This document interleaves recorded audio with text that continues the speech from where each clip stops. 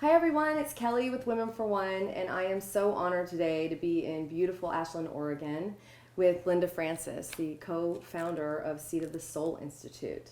Welcome, Linda. I'm really excited to just speak with you today about authenticity, spiritual partnership, and what you've created in your life. Oh, great. I'm so excited to be with you. Yes. Yeah.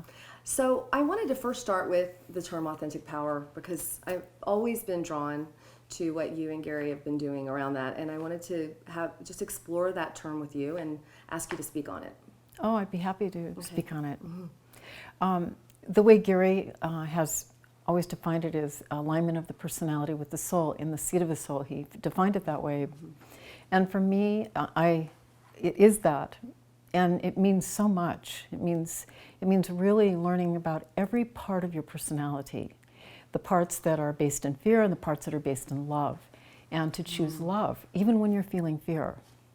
And also opening to your intuition and doing what it is that you need to do in the world to give your gifts fully. Okay. That's very briefly, what I would say about authentic power at the moment. Okay. Mm-hmm. And there are several components to it. There's different words that I've read in some of the other books that you've co-written. Mm-hmm. One would be reverence. There are different words. Can you speak on those different terms?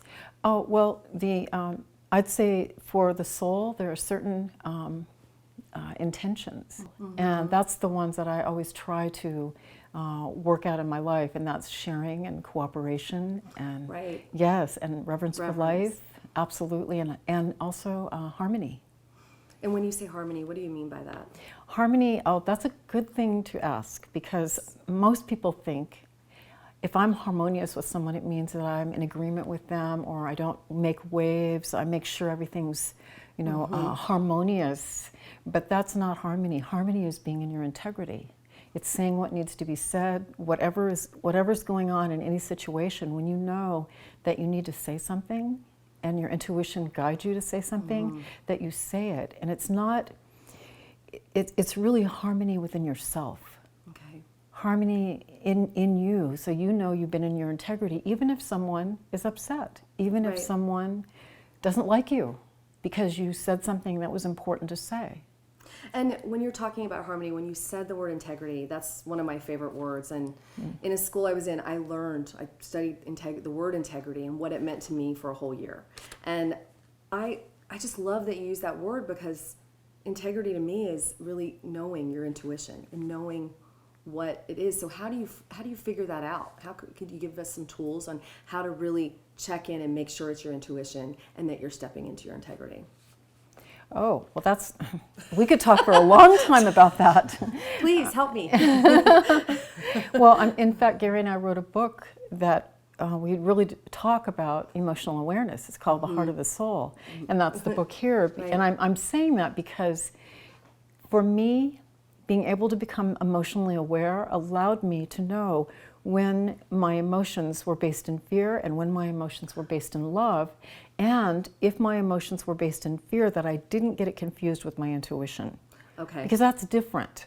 So sometimes I'll hear people say, I'm doing this because my intuition told me. Right. But that's not their intuition. It's so clear, because what they're doing is something that is obviously has consequences that are not going to be very healthy for anyone. Right. Yeah. Well, that's a really good point. Yeah. I'm like relating it in my head to things I do and that we all do. Yes. And that's how you learn, right? It's a test. So you go back and forth each time, checking in and learning steps to move forward around that. Well, when you say it's a test, I think more it's an opportunity. Every time a negative emotion comes up, I'll say one based in fear. I don't really think of things so much in negative and positive. I more think of it as an opportunity or a limitation. So when I have a part of my personality that comes up, that becomes active because something someone says, or something someone does, or something that someone doesn't do, that I want them to do, and I feel an emotion of anger or upset or anything like that, or judgment, I'm judging or blaming them, I know that I've encountered a part of my personality that is based in fear. And if I can distinguish between fear and love in me, then I can actually create authentic power. So in other words, if I'm aware enough and I feel so let's say someone doesn't do something that I want them to do. Okay. and I'm judging them, and I go, and then I say, oh no, I want to feel this. Where is this in my body? Where am I feeling this? What physical sensations am I having? And are they uncomfortable or painful? Because if they are, then I know that I've encountered a fearful part of my personality. I also notice my thoughts. I notice what I'm thinking. If there is any judgmental thoughts, any angry words that I want to say, any way of wanting to withdraw or something, I know that. So it's another way for me to know. Okay. Also, I look at my intention. What would, if I were to act or speak right now, what would be the intention of this part of my personality? Okay. So I look at that. So it's really a lot about self-responsibility. Oh, completely. And that's what I have always been drawn to Gary's writing and your teaching because of the self-responsibility part. Yes. The moving out of the victimhood that the world is doing to you. Right. And the stepping into that you're creating this reality. And that's where it starts, right? That you're taking ownership of your own feelings instead of blaming others. Yes. And that's been a challenge because I feel like we live somewhat in, well, it's everybody's reality, right? What reality you live in, but a victim reality. If that makes sense. Well, you get to choose. When you're creating authentic power, you step out of the role of victim and you decide to be a conscious creator in your life. And so when you do that, then you become very aware of what's going on in your body, what thoughts you're having, what intentions that you have, because they could be from fear or they could be from love. If they're coming from fear and you act on them, then you create consequences for yourself. You create karma. Right. But you create karma also if you choose from a loving part of your personality. You create karma that's going to come back to you too, but it's going to be much different. And just, can you talk about karma a little for our community? Explain what you're meaning by the consequences. When I say karma? Okay, I sure can. Sure. So anything that I do, whether it comes from love or fear, if I act or say something, anything, it always comes back to me, no matter what it is. So my intention is to always create from love, not from fear. But when I do create from fear, I know that when I do that, and I actually act on it, I can't see, I want to come back just a little bit. Okay. I can't stop a negative emotion, an emotion from coming up in me. I can't stop that. Right. It comes up all by itself. I don't expect it. So it happens. Watch it just comes. I can feel it. Like someone will say something, or someone will be rude. I think they're rude. My frightened part thinks they're rude. It'll come up. It'll come up. And so then that's the really amazing point where you can see, oh, wow, something's happened right now.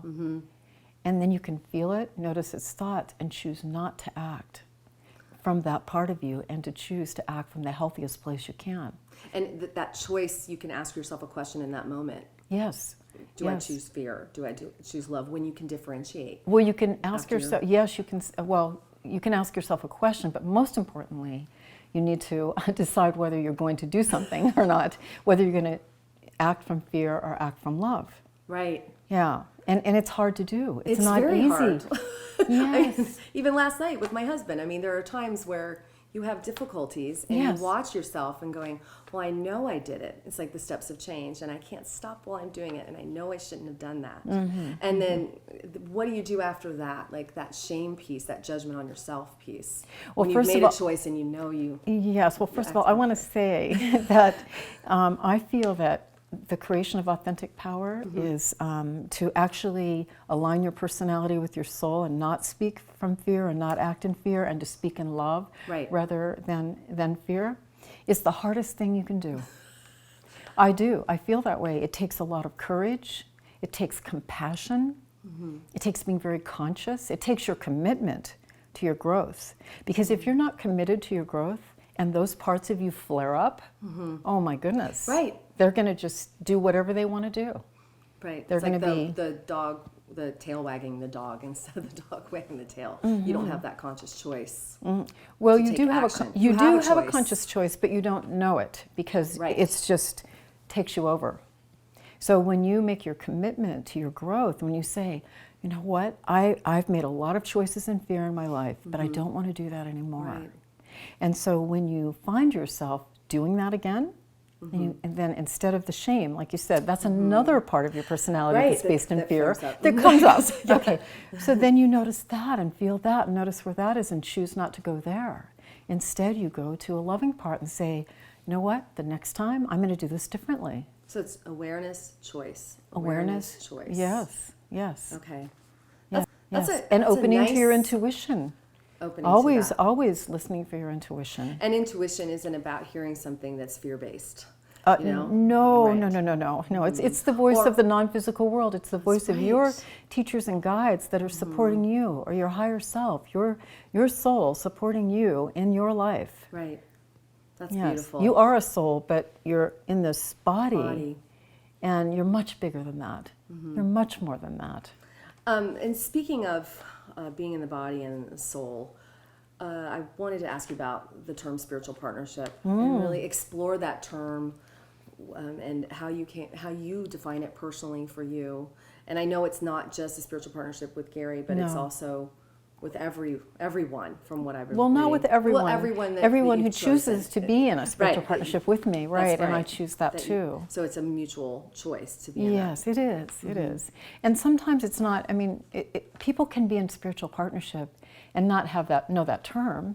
In Right. fact, many people will see, oh my gosh, I have a spiritual partnership. They're so excited when they find out that they actually have a friendship that's not just about agreement and agreeing with each other. It's really a spiritual partnership because they're in integrity with each other. It's really quite amazing. So a spiritual partnership is a partnership between equals for the Okay. purpose of spiritual growth. And when I say equals, what I mean by that is not that, that you you have a PhD and someone you're with doesn't have a PhD, so that means you're not equal. A partnership between equals, what that means to me is that everyone that I'm with, no matter who they are, is a soul. And so my equality with them is soul to soul. Their personality is whatever it is, but their equality, when I feel equal to someone, and I do, when I'm not in a frightened part of my personality, Right. I feel equal to everyone. Everyone. Everyone, all the time, no matter who they are. Well, it's funny because even meeting you, I can see it in your eyes. You drop down and you choose to see the person who's sitting in front of you and be present. I noticed that about you right when I met you. And it almost is very calming, because I'm nervous about doing an interview with Gary Zukav and Francis, but you could just feel it when you're with you. You make a choice to come in and be present and see me as a soul. Indeed, indeed. And I've heard different interviews about you personally and you speaking, and you're so transparent about your relationship and challenges you've had. And that is what I love about what we're doing with Women for One is the transparency piece. And I really respect you for that. And I wanted to see if you could talk a little bit about that. I'm sorry to interrupt you about the spiritual partnership. Oh, no. I mean, I want it to go wherever it needs to go, because if we're following the flow Right. of what needs to happen, then Right. it happens the way it does. First of all, spiritual partnership is so amazing to me. I want to tell you some stories Okay. that have recently happened.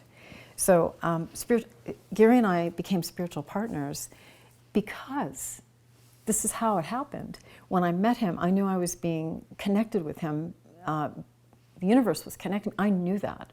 I didn't understand why, because parts of me felt so inferior. I couldn't imagine what would the universe be thinking, connecting me with Gary. I must be crazy. I must be crazy thinking that that's true. But I knew it wasn't. I knew I wasn't. I knew that I was being connected. But the thing that really was so amazing is that Gary was so authentic with me. The things that he said to me and the kinds of conversations that we had at the beginning of meeting each other were so authentic, talking about himself in a real way. And I had never really had a relationship, a man talk to me in a really clear, connected, and real way. An equal way. In as well? integrity. In integrity. Yes, and I don't mean that he didn't have parts of his personality and I didn't have parts of my personality. Right. I had parts that felt inferior, I had parts that felt superior, but that's the personality. That's part of the personality that was in fear. that but my intention was to really be aware of that so that I could always be coming from a loving part of my personality, which is already aligned with my soul. Right. If you do that, that was a little aha for me. You know, if it's already aligned with your soul. Already, that part, so already. it's Absolutely. It makes it so lovely, isn't Yes, it? Yeah, so lovely. It does. Yeah, so you can have spiritual partnerships with anyone. It doesn't matter who it is. The most recent I want to share with you, because you told me that that many times you're talking with women all over the world, and a lot of them are young women, Yes. from 18 to 25 or something Yes. like that. Well, I have a granddaughter. We have three granddaughters actually, but two of them live in San Diego, and they have been learning about authentic power and spiritual partnerships since they were very small. Right. And they love to, talk to us about it, and and they love it. They get really excited. But what I'd noticed is that I didn't really see them ever connecting with their peers in that way. It's like, well, we can't really talk about that with our friends. I mean, oh my God, what are you thinking, Grandma? I get that too. Kind of like that, And so the most amazing thing has been happening over the last year, I'd say. Our granddaughter that's 17, almost 18, graduated from high school a few weeks ago. And I knew that she was creating different relationships with her friends.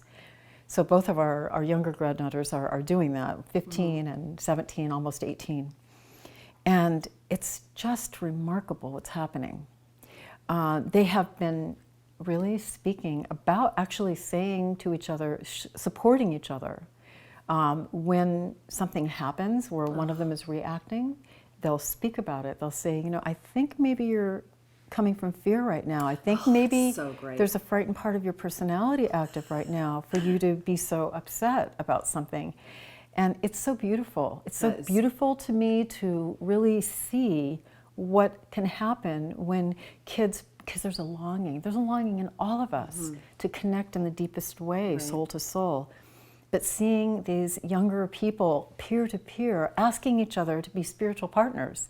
Say, I want to be a spiritual partner with you. Right. I want to connect in the deepest way, and I want you to tell me when you see me acting in fear. I want you to let me know that. And I want... That's beautiful. Yeah, it's beautiful. My son just graduated from high school last week. Oh, okay. And I can relate in a way because all of a sudden he's matured into this beautiful being that shares from his heart. And he would always be like, Mom, I don't want to talk about all this stuff, that I was learning and growing. But he's imbibed it over the years, and he's lived in it. Yes. And to see them step into that place of maturity and adulthood where they've learned some lessons, it would be beautiful to have taught them the concepts that you have been teaching. Yeah. Oh, it's so amazing to watch, and to watch them spread it. To watch them talk to each other, and then the others get interested, the other kids, because they're saying, wow, what are you guys doing? There's something different, And it doesn't have to be confrontational when you're saying those things. A lot of people get very, what do you mean, But it does take a lot of courage to say something that could upset someone. Even though it's something that you should be saying to them. Even though this is important, because they may not know that that's happening at the moment. So it's so important, to be able to share it, but it does take courage. It takes you, you saying, I'm going to say, I know I have to say this, I'm going to say it because I know it's important. I love that, because I think this year, something that actually Gary wrote on a site after Pulling the Root of Violence, I read. Yes. I couldn't put it into words how I was feeling. And when I read what he wrote, I just had tears streaming down my face. And I would go to dinner parties and I would go to different places and talking about looking at the violence inside of ourselves. Yes. And I couldn't not say something. Yes. And it was offensive to a lot of people, because a lot of people, not everybody, but a lot of people wanted to blame the schools, really look outside themselves. Yes. So I feel like shifting from a place of looking at people like you and Gary setting this beautiful example of taking responsibility and choosing love over fear, but then that next step in taking action into really saying that and having the courage to do that. That's I'm taking baby steps. So this is the thing. One thing that's important when someone takes offense, know that that's a frightened part of their personality. Right. That's not who they are. That's not a soul-to-soul communication. That's something that they're doing from fear, and they don't even know it. So know that they don't know that they're doing that. They're not aware of it, probably, and it takes a lot of. It takes commitment to say, wow, I do not want to act in fear in the world. I do not want to put that energy out in the world. And anytime I'm doing that, please help me. Ask your intuition, please support me in seeing this. Ask your spiritual partners to help you.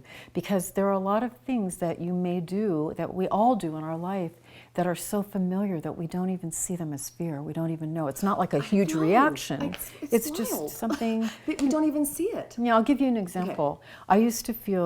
I used to get up and I'd start feeling overwhelmed right away because I had so many things to do immediately. And there were so many things to do. It couldn't be fear. It was real. I thought it was real. Yeah, I thought it was real. And I noticed where I would feel it in my body. And Gary helped me and said, are you sure? I think you could look at this and see if this is based in fear. And I would keep meditating about it because I knew it was, but it was hard for me to see it for a while.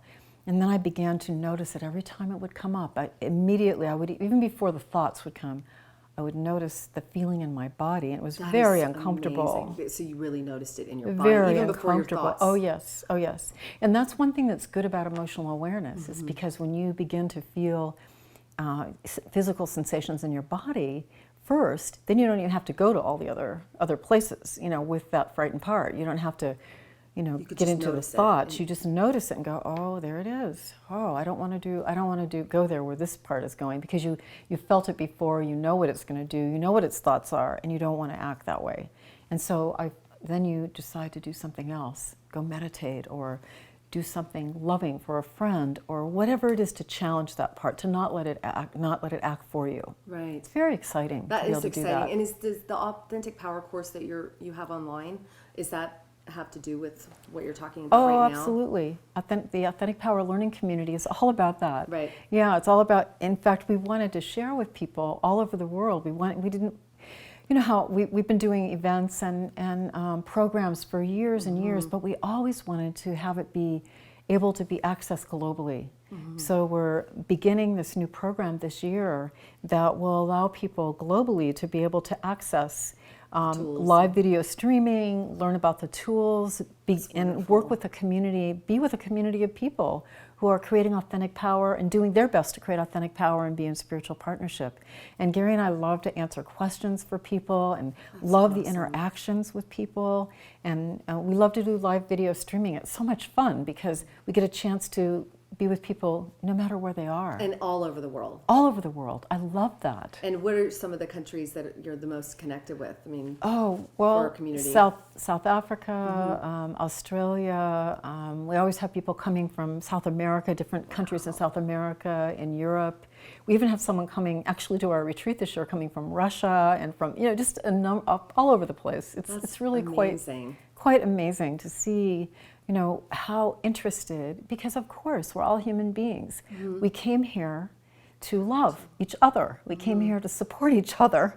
And that's why we're here. We came here to create authentic power. And going back to, I have a question about when you were talking about, it's important to remember that's just a frightened part of their personality. Yes. I have one more question around that. Yes. For someone that is learning to really step into their truth and speak more, how can that part of my personality not get frightened when I'm stepping into a place of speaking from a place of love and having compassion for the others that are speaking out? That's a great question. That is really great, because it's really almost for sure that if you're using your courage to say something, that a frightened part of your personality is going to come up that doesn't have the same opinion, that's not interested in saying anything to anyone. In fact, is afraid that you'll push it away. You know, it doesn't want to be alone. It doesn't want to feel.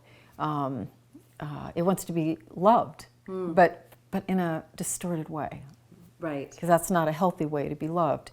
And it's not possible. You can't fill the hole of a frightened part of the personality. Okay. If you try to satisfy it, it won't work. So you feel it. I mean, you Feel it notice in that your it's body. there, and you do what you need to do anyway. You say what you need to say from love, no matter what that part's doing. And sometimes I'll say, you know, I need to say this, and I have frightened parts that are active right now, but I'm not going to let that stop me from saying what I need to say to you, because it's so important to me. Okay. To be in integrity with you, and to really stay, and for me not to feel disconnected from you. Okay. That notion of feeling in your body is the universe. I just keep hearing it over and over. Sonia Choquette talks about it when I interviewed her. Just feel it in your body. Notice the feelings all the time. Well, there are specific areas in your body that will help you to know what frightened part is active. Like if you have tightness in your throat or pain in your throat, it has to do with the way not being able to speak or thinking people don't.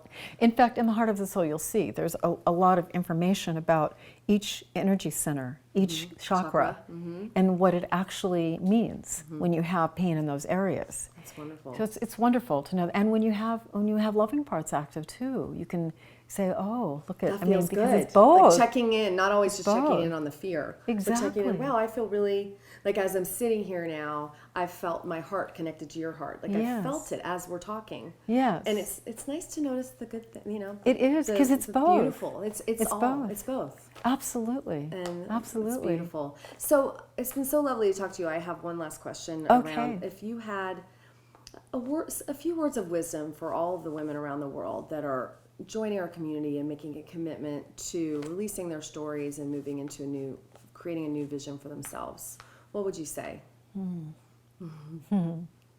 Such a wonderful question, because it is really, it's for me. It's not just for women, but I'll speak to women because it's for humanity. for everyone, humanity, right? I think the most important thing is really for each of us to really be connected with our heart, to really know who we are in the deepest way. And to connect with your heart means you have to be aware of the parts of you that are in fear and the parts of you that are in love, and to choose love each time. And when you don't choose love, not to be upset with yourself. Even if that part comes up that feels upset, that's okay. You get another opportunity. You keep choosing, and you keep choosing love. And then you'll find people who want to do the same thing. You'll be attracted to people. They'll be attracted to you who are doing the same thing that you are. And then you'll have spiritual partners that begin to form around you. And then you'll begin to co-create things that will be unimaginable for you. I mean, this co-creation that can happen from people in spiritual partnership, creating authentic power. In other words, creating from love. Instead of external power, you're creating authentic power. It creates a whole new world, and you're part of that. You're just as important. Every single person is just as important as the next. We're all equals here. We're all souls, and we all came here to give our gifts fully. So I wanted to share with you my granddaughter, the one that graduated from high school this year.